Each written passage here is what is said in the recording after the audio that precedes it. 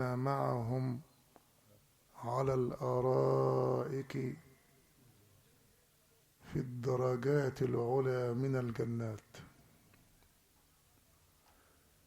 وهذه الجنات أشار إليها سيدنا رسول الله صلى الله عليه وسلم لمن يفقه، فقال صلى الله عليه وسلم: إذا مررتم برياض الجنة فارتعوا. طب احنا هنمر عليها فين هنا؟ ونرتع يعني نجلس ولا نتعجل القيام. فقالوا: وما رياض الجنة يا رسول الله؟ روايات مختلفة للحديث. مرة يقول حلق العلم، يعني احنا حالا فين؟ في روضة من رياض الجنة. ومرة يقول حلق الذكر، برضه دي روضة من رياض الجنة. ومرة يقول حلق القرآن، اللي هي بيتجمعوا فيه عشان يتلوا القرآن ويحفظوا القرآن. يبقى دي الجنان العاجلة التي من دخلها يحظى بفضل الله وإكرامه بنعم روحانية إلهية عاجلة تجعله لا يحتاج إلى الزخارف التي في الجنات الآجلة.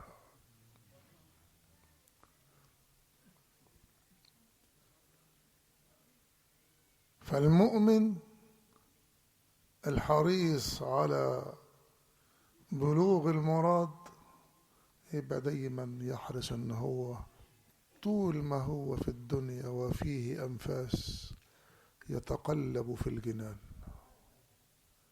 في جنة ذكر حتى لوحده، ولو ذكر لوحده برضه أصبحت جنة، والملائكة بتحيط به من كل جهة. إن لله ملائكة سياحين إذا وجدوا قوما يذكرون الله تعالى تنادوا هلموا إلى بغيتكم، تعالوا. يا إما في تلاوة قرآن، يا إما في الصلاة على حضرة النبي ودي ذكر، يا إما في مدارسة العلم. ولذلك يروى عن أحد العلماء الأبزاز وكان من التابعين، كان محبيه يطلبوا منه أن يجالسهم بعد الصلاة يصلي معهم في المسجد،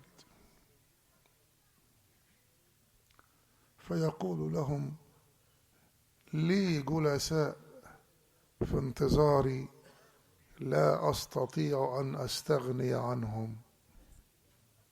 فجيه واحد مرة قال له: مين جلسائك دول؟ قال له: بجالس أصحاب رسول الله. إزاي؟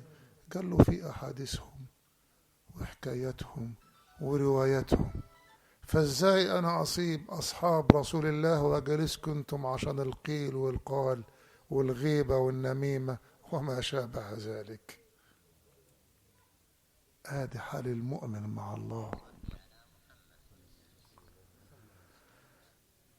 يا جالس مع الله يقرأ في كتاب الله ويتدبر في الآيات التي أنزلها علينا حضرة الله،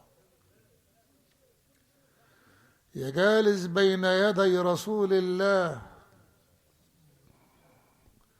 يقرأ أحاديثه ويفقهها، ثم يشكر الله على هذه النعمة فيكثر من الصلاة والتسليم عليه، ويستحضر أثناء ذلك أنه بين يديه من الصلاة الموصلة، يصلي على أنه فين؟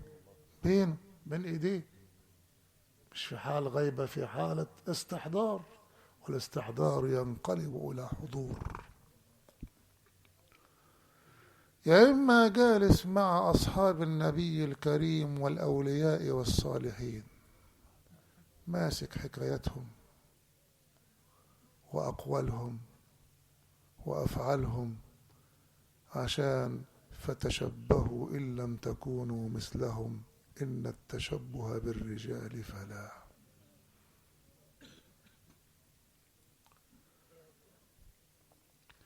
يا إما يجالس أهل العلم والخشية الأحياء، لأن الخشية تكتسب من مجالسة أهل الخشية، ملهاش سكة غير كده. إزاي الإنسان يبقى من أهل الخشية؟ إذا جالس أهل الخشية.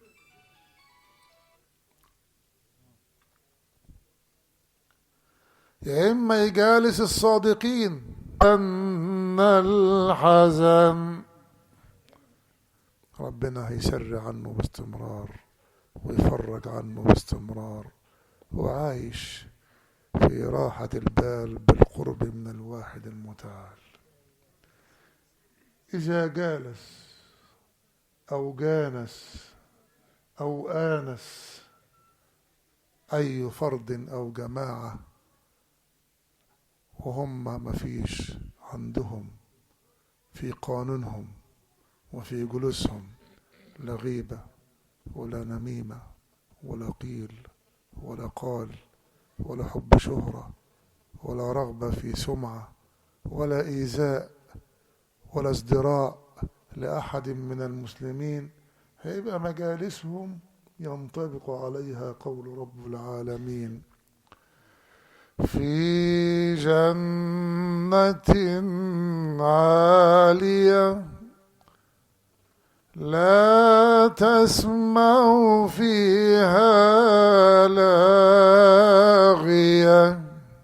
مش فاضيين هم للغو ده هم من الأول، والذين هم عن اللغو إيه؟ أعرضوا عنه من البداية. يبقى هيخوضوا فيه إزاي؟ يبقى مجالسهم في جنة وأفعالهم وأقوالهم وأحوالهم كلها في الجنة، لأنهم عايشين في الجنة المعجلة التي وصفها الحبيب صلى الله عليه وسلم. حتى الشيخ ابن تيمية رحمة الله عليه لما سجن فراح جماعة من أحبابه يزوروه، فبيسألوه: أنت مش تعبان هنا ومتضايق؟ قال لهم: ليه؟ جنتي معي في صدري، حيثما توجهت فهي معي. جنة معايا جواي. جنة ايه؟ الرضا عن الله والإكثار من ذكر الله جل في علاه. فاذكروني ايه؟ أذكركم واشكروا لي ولا تكفرون. فاللي عاوز يبقى من أهل الجنان العالية الراقية يبقى يدرب نفسه هنا إنه يبقى دايما عايش في الجنة، لا يترك الجنة طرفة عين ولا أقل. حتى لو نام ينام على الهيئة التي وصفها لنا الحبيب عليه أفضل الصلاة وأتم السلام. كلنا بننام، لكن فيه بيؤذن لروحه أن تسبح في الملكوت الأعلى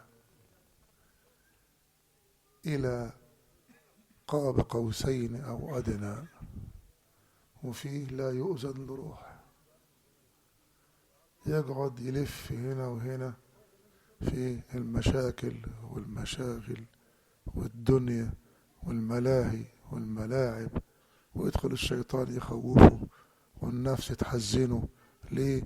لأنه لم يتهيأ للنوم بما عرفنا وعلمنا سيدنا رسول الله صلى الله عليه وسلم في النوم الذي يكون قربة لحضرة الله.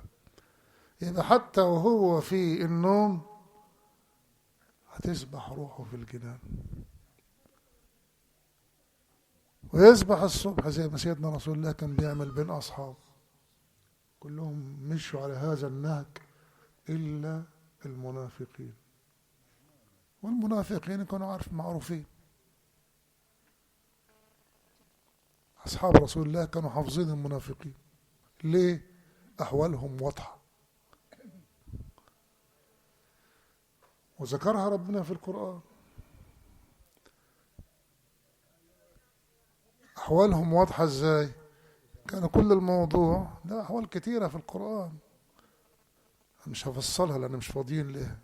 كل العلامة البارزة إن هم بيراءوا ويتظاهروا بأفعالهم أمام حضرة النبي وهم جهلاء، لأنهم مش عارفين، أنهم مش مدركين أنه يرى بالله عز وجل، أو أمام صحبه الكرام، فيروحوا يصلوا معاهم ويروحوا يحضروا المجالس معاهم ظنا منهم أنهم يخادعونهم، وربنا كذبهم وقال يخادعون الله والذين آمنوا وما يخدعون إلا إيه وما يشعرون، أن ربنا ما هو مطلع وشايف، والأعمال بالإيه بالنيات. لكن التانيين كان يجي حضرة النبي كل ليلة بعد صلاة الفجر يلتفت إليه ويقول لهم أيكم رأى الليلة رؤيا،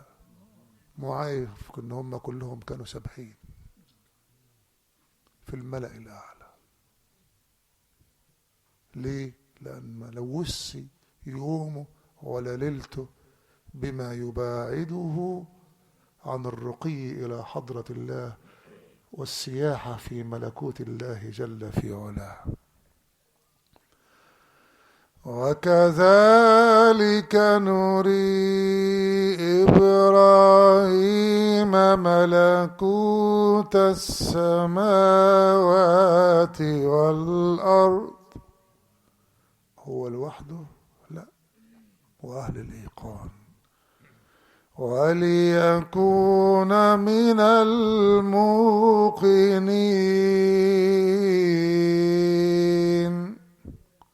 كلا لو تعلمون علم اليقين لترون الجحيم ثم لترونها عين اليقين ثم لتسألن يومئذ عن النعيم.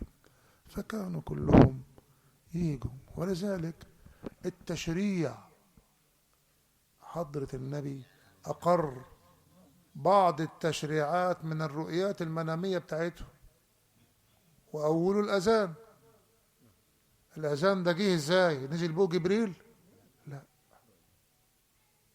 امال ازاي؟ شافوه واحد، ده مجموعة مش واحد بس. شافوا سيدنا عبد الله بن زيد وحكى رسول الله. ساعة ما سيدنا عمر سمع الأذان جه يجري، جاي قال له والذي بعثك بالحق لقد رأيت مثل الذي رأى، وغيره وغيره وغيره. ايه الأرواح دي؟ دول يمكن بيقول فيهم وفي أشباههم وأمثالهم الإمام أبو العزائم رضي الله عنه وأرضاه: في الأرض أجسامهم والعرش مقعدهم قلوبهم صفت والله هاديها. جالسين على الأرض بس القلوب فين؟ في عالم العرش. مر سيدنا رسول الله في مسجده المبارك وكان سيدنا الإمام علي نايم، ومسجد حضرة النبي في أطواره الأولى ما كانش فيه فرش، مفيش إلا التراب. لما حبوا يعني يجددوه شوية راحوا على العقيق، وادي العقيق جار المدينة، وده وادي مبارك، النبي قال فيه وادي العقيق وادي مبارك، واختاروا شوية زلط رفيع كده صغير وجابوهم فرشوا بهم المسجد. هذه كانت الفرشة بتاع المسجد. فسيدنا علي نايم على التراب، فواحد من أصحابه يقول له علي نائم أوقظه؟ قال لا، دعه، علي وإن كان جسمه على الثرى إلا أن قلبه